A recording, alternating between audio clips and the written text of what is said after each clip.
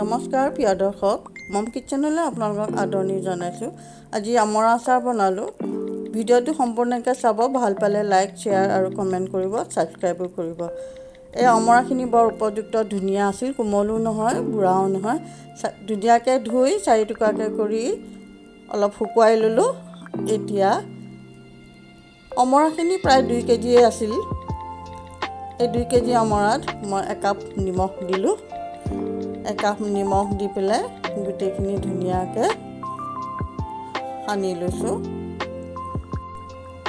এতিয়া অমৰাখিনি গোটেই ৰাতিটো থৈ দিম। তেনেদৰে ৰাতিপুৱালৈ অমৰাখিনিত পানী উঠিব। এয়া পানীখিনি ফুটা খৰাহি এটাত টুকি ল'লোঁ।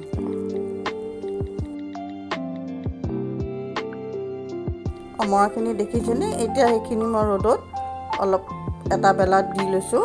হালধিও দিছোঁ। বেছি শুকাব দিয়া নাই দেই, বেছি শুকালে টান হৈ পৰে। তাতে জলকীয়া 6-7টামান ফালি দিছোঁ, ৰঙা জলকীয়া।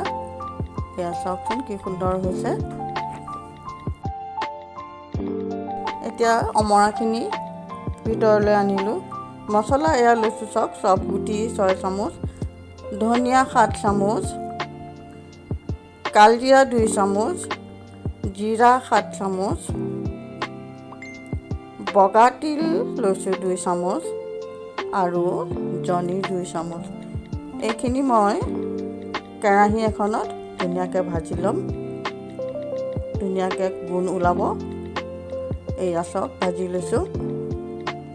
গোটেইখিনি মিহলাই ভাজিছোঁ। অলপ দেৰি লৰাই আছোঁ। বেছি ভাজিবলৈ দিয়া নাই, অলপ ভাজিছোঁ। এতিয়া এইখিনি ভজা হৈ গ'ল আৰু মিক্সিত গুড়ি কৰি লৈছোঁ। বেছি গুড়িও কৰা নাই। এয়া কেৰাহীখন গৰম কৰি 1 পোৱা তেল দিলোঁ। গৰম হ'ল। 5 ফোৰণ 2 চামুচ দিছোঁ। এতিয়া তেলখিনি গৰম হোৱাত ঠাণ্ডা হ'বলৈ দিছোঁ। ঠাণ্ডা হোৱাত আপোনাৰ ৰঙা জলকীয়া গুড়ি 4 চামুচ দিছোঁ। চাই লওক।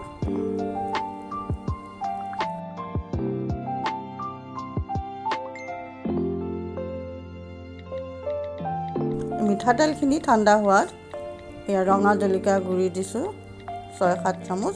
আপোনালোকে ইচ্ছা অনুসৰি দিব। এইখিনি দি অলপ লৰাই দিছোঁ। মিঠাতেলখিনি ঠাণ্ডা হ'ব। তেতিয়া সেয়া মই মছলাখিনিও ইয়াত ঢালি দিছোঁ। গোটেইখিনি বেছি গুড়ি কৰা নাই, দেখিছেনে? আৰু এতিয়া মই তেলখিনি ইয়াত বাকি দিম।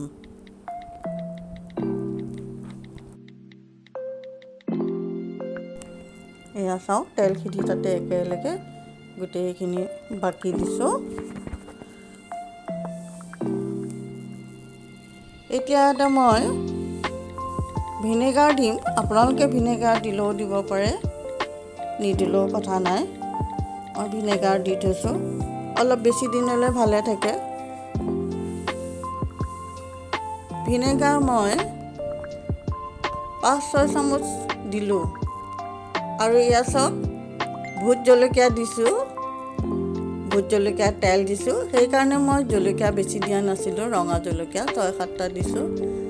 আৰু ভোট জলকীয়াৰ তেলো মই কমাই দিছোঁ দেই, মানে চবেই খাব পৰাকৈ। বেছি জ্বলা হ'লেও সকলোৱে খাব নোৱাৰে নহয়, কিছুমানে জ্বলা কম খায়। এয়া ভিনেগাৰ।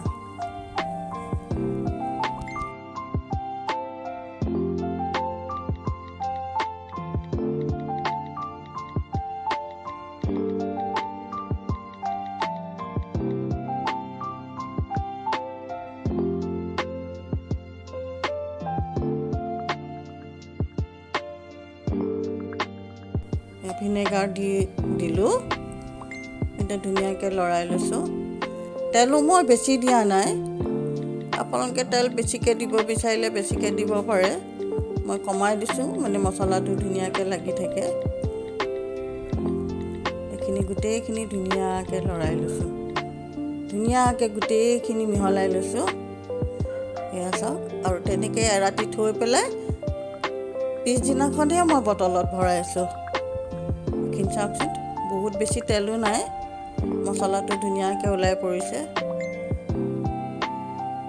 এয়া চাওক কি সুন্দৰ হৈছে, কালাৰো কি ধুনীয়া হৈছে, খাবলৈ খুব ভাল হৈছিল, বেছি জ্বলাও নাই হোৱা, নিমখো জোখৰ হৈছিল আৰু কোমল হৈছিল।